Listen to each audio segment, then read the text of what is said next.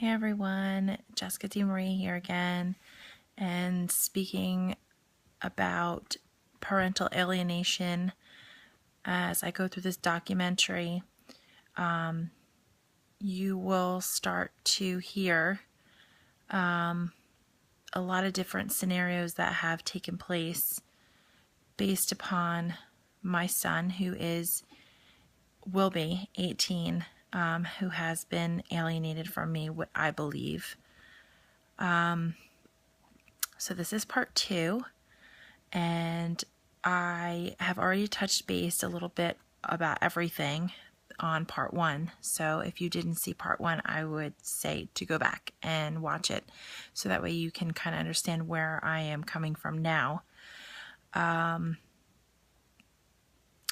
So I wanted to talk with you about why I do not have my son. So that was one thing that I really wanted to touch base with, because I know a lot of people are like, why doesn't she have her son? What could she possibly have done? She had to do something wrong. The courts just don't take kids away from their mothers for no reason.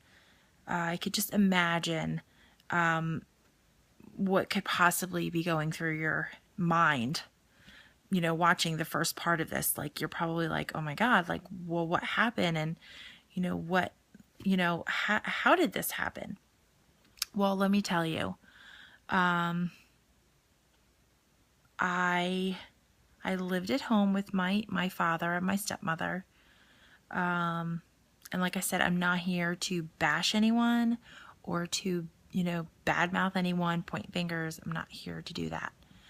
I just want to get the truth out, and basically what I know has happened. And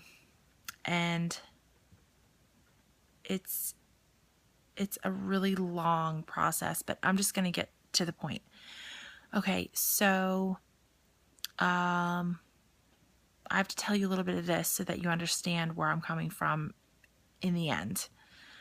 So back in October of 2001, I was in a car accident, in a rental car. It was a 3-car accident, and I happened to be the middle person. So I ended up having to go to court for that. But it was like a long process, and it ended up that the court days just kept getting canceled or whatever, for whatever reason, I don't know. So anyway, whatever, I got into the accident. That was October of 2001. So December of 2001, my ex took me to court for custody, and it was denied. He didn't get custody. So that was like a whole big ordeal. He was pretty mad about it.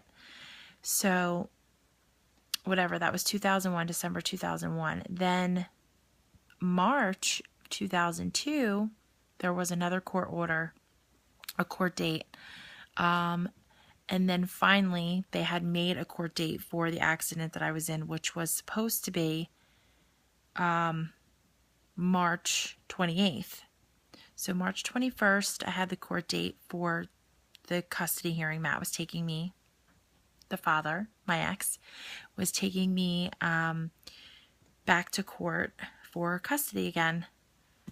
I don't want to get too much into detail about all of that. All I know is that I guess he had his reasons.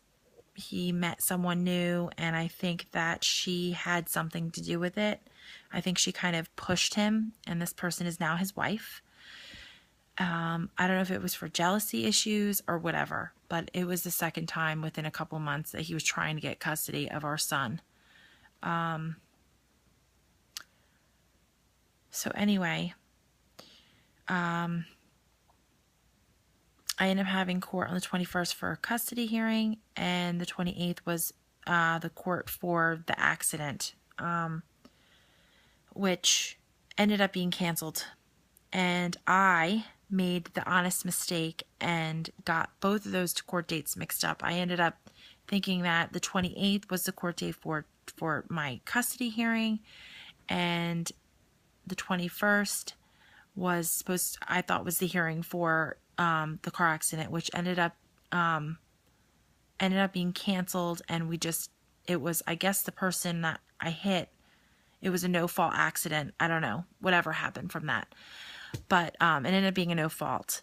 So I ended up getting up in that morning on the 21st of March, 2002.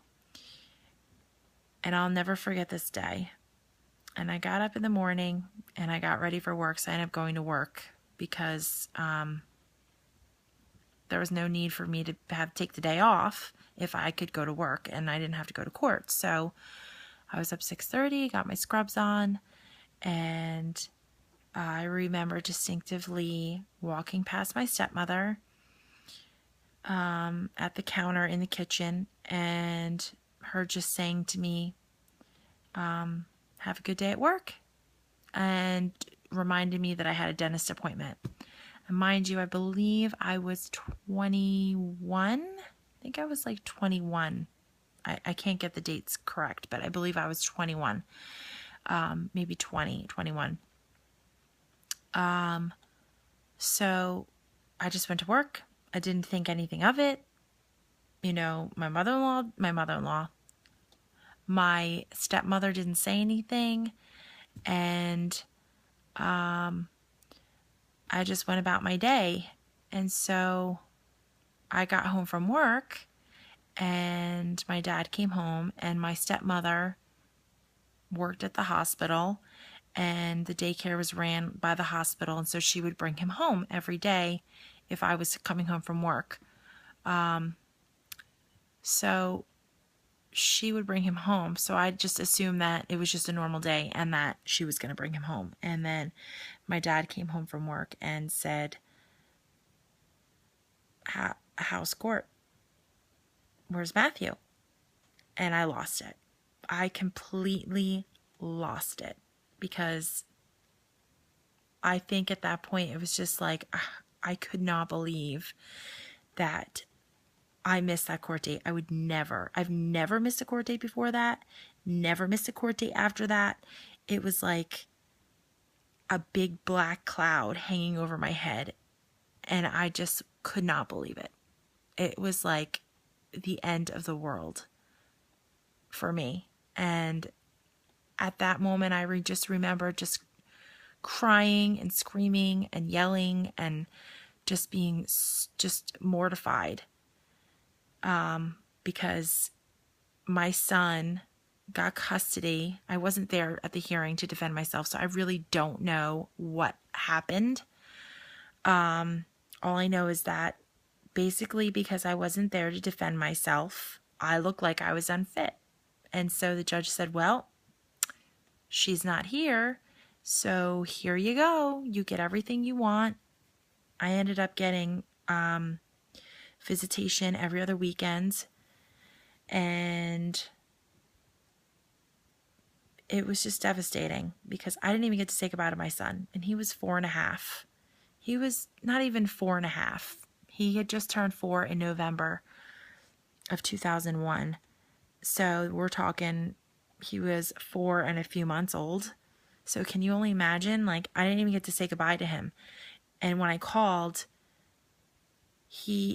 my ex was like, well, you can't talk to him now and you can't see him until 2 weeks. So for 2 weeks, I didn't get to say goodbye to my son.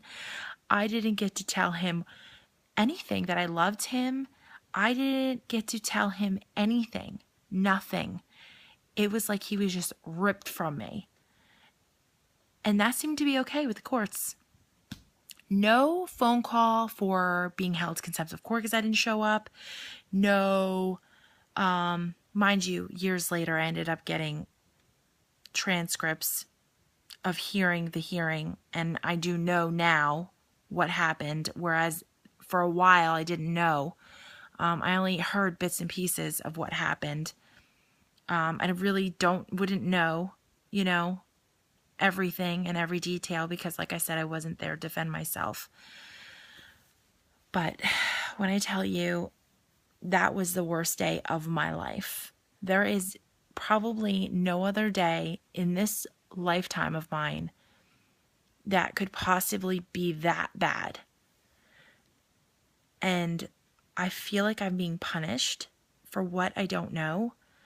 I try to keep telling myself that this is just something I had to go through in my life to get to where I am now and to be a better person. Not that I wasn't a good person then. And there are many of you that went through this with me as friends, and I can't thank you enough. And you went through all of this through all these years. So anyway, I started to see my son after that. And the hardest parts were meeting at a Burger King every time I had to drop him off or pick him up. But dropping him off was the worst. He would literally lock himself in my car,